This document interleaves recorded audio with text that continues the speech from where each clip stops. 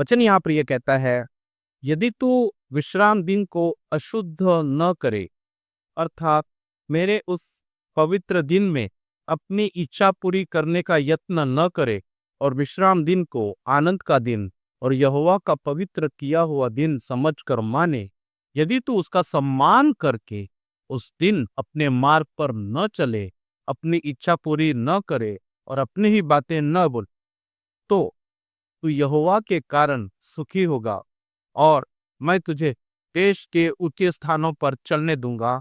मैं तेरे मूल पुरुष याकूब के भाग की उपज में से तुझे खिलाऊंगा, क्योंकि यहोवा ही के मुख से यह वचन निकला है।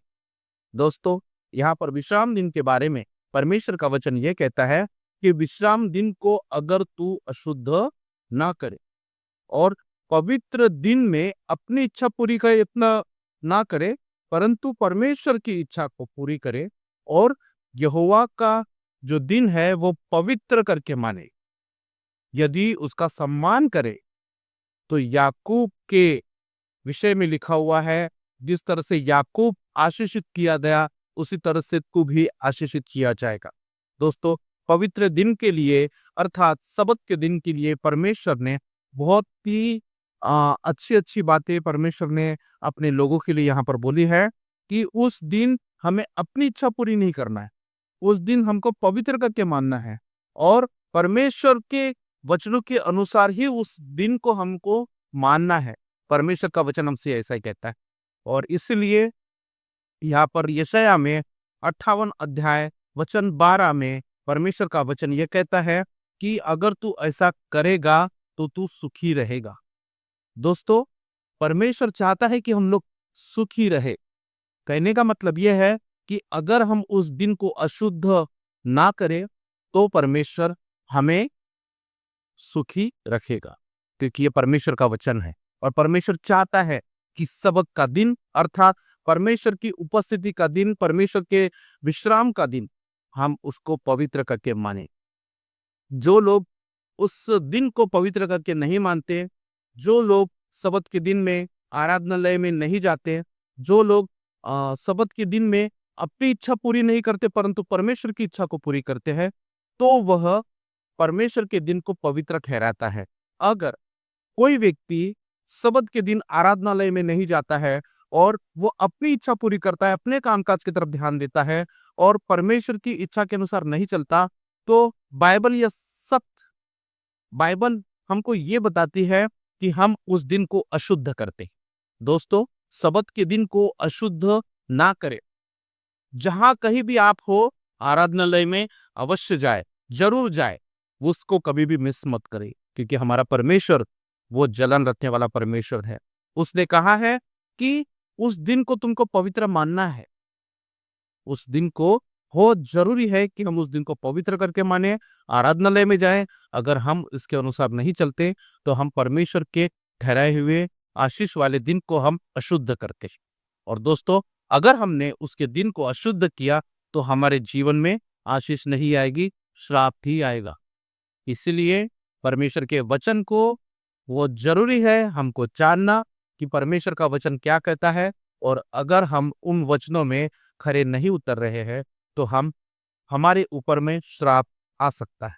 इसीलिए जरूरी है कि हम परमेश्वर के दिन को, सबत के दिन को हम पवित्र करके माने। उस दिन अपना पूरा समय हमें परमेश्वर को देना है और अपने स्वयं के कामकाज की तरफ ध्यान नहीं देना है, स्वयं की इच्छा को पूरी नहीं करना है, लेकिन परमेश्वर की उपस्थिति में, सबसे पहले परमेश्वर की उपस्थिति में हमको जाना है।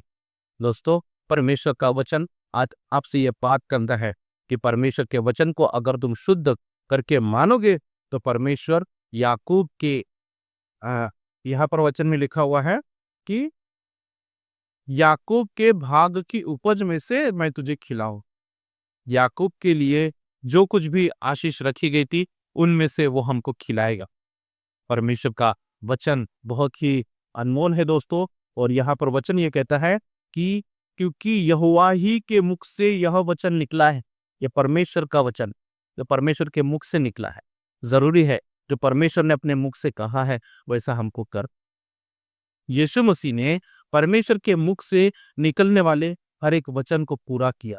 दोस्तों, आज हमारा समय है। क्या हम परमेश्वर के मुख से निकलने वाले वचन को हम पूरा कर सकते हैं? जरूर कर सकते हैं। अपने आप पर काबू करना है और अपने आप पर कंट्रोल करना है कि चाहे कुछ भी हो जाए, मैं परमेश्वर के शब्द के दिन को मैं बहुत ही महत्वपूर्ण करके मानूंगा।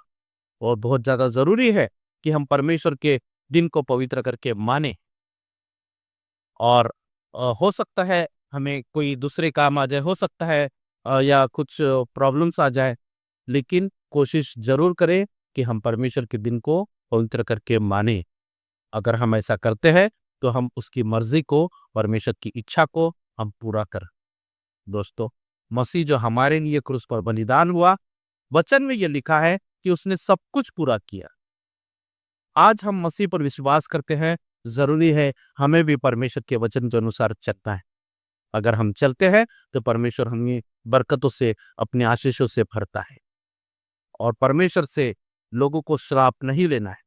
अगर हम परमेश्वर के वचन को तोड़ेंगे तो बाइबल ये कहती है सर्प उसको टसेगा। दोस्तों, शैतान ताक में रहता है कि कब हम परमेश्वर के वचन को तोड़े।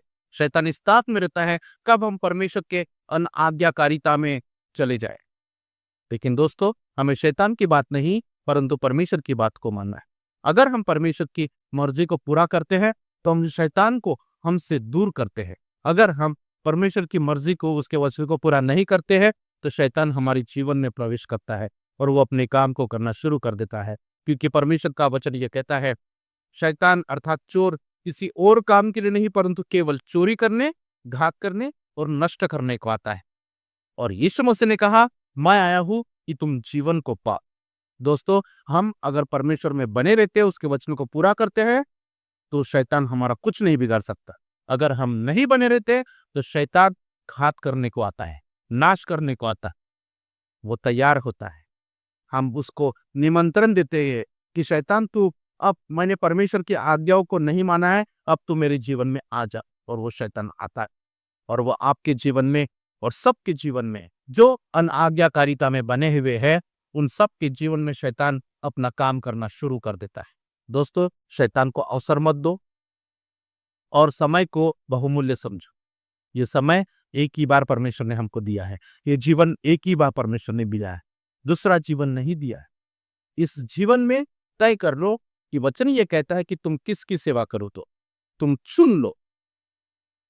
क्योंकि एक एक हम दो स्वामियों की सेवा नहीं कर सकते। क्योंकि अगर हम दो स्वामियों की सेवा करते हैं तो एक को अच्छा जानेंगे और एक को तुच्छ जानेंगे। और परमेश्वर ये चाहता है कि हम परमेश्वर की सेवा करें। दोस्तों, अपनी सेवा पूर्ण रीति से परमेश्वर में डाल दो। अपने आप को झोंक दो सेवा में कि परमेश्वर, तूने जैसा कहा है मैं वैसा ही करूंगा। परमेश्वर से दुआ करे कि अगर आपसे कुछ गलती हो जाती है, परमेश्वर से माफी मांगे और परमेश्वर में बने रहे। जिस तरह से हमारा प्रभु यीशु मसीह परमेश्वर से दुआ करता था, प्रार्थना करता था, हमें भी उनसे प्रार्थना करना है। परमेश्वर ने कहा कि मत डर, क्योंकि मैं तेरे संग हूं। वो हमारे संग है, वो हमें कभी नहीं छोड़ेगा, वो हमें कभी नहीं त्यागेगा। वो हमारे साथ वफादार है। क्या आप उसके साथ वफादार को अपने आप को जांच और अपनी राय इस वचनों के बारे में कमेंट करके जरूर लिखिए। अगर आपको अगर आपको किसी विषय के लिए प्रार्थना करवानी है तो आप कमेंट बॉक्स में अपना प्रार्थना निवेदन हमें लिख सकते हैं। हम आपके लिए प्रार्थना करेंगे। ऐसे ही और भी वीडियो के लिए आप चैनल को सब्सक्राइब कीजिए, वीडियो को लाइक कीजिए और बेल आइकन को ऑन करना मत। और कमेंट बॉक्स में आप अपनी राय जरूर देना कि आप परमेश्वर की इस वचन के बारे में क्या कहते। God bless. प्रभु आपको आशीष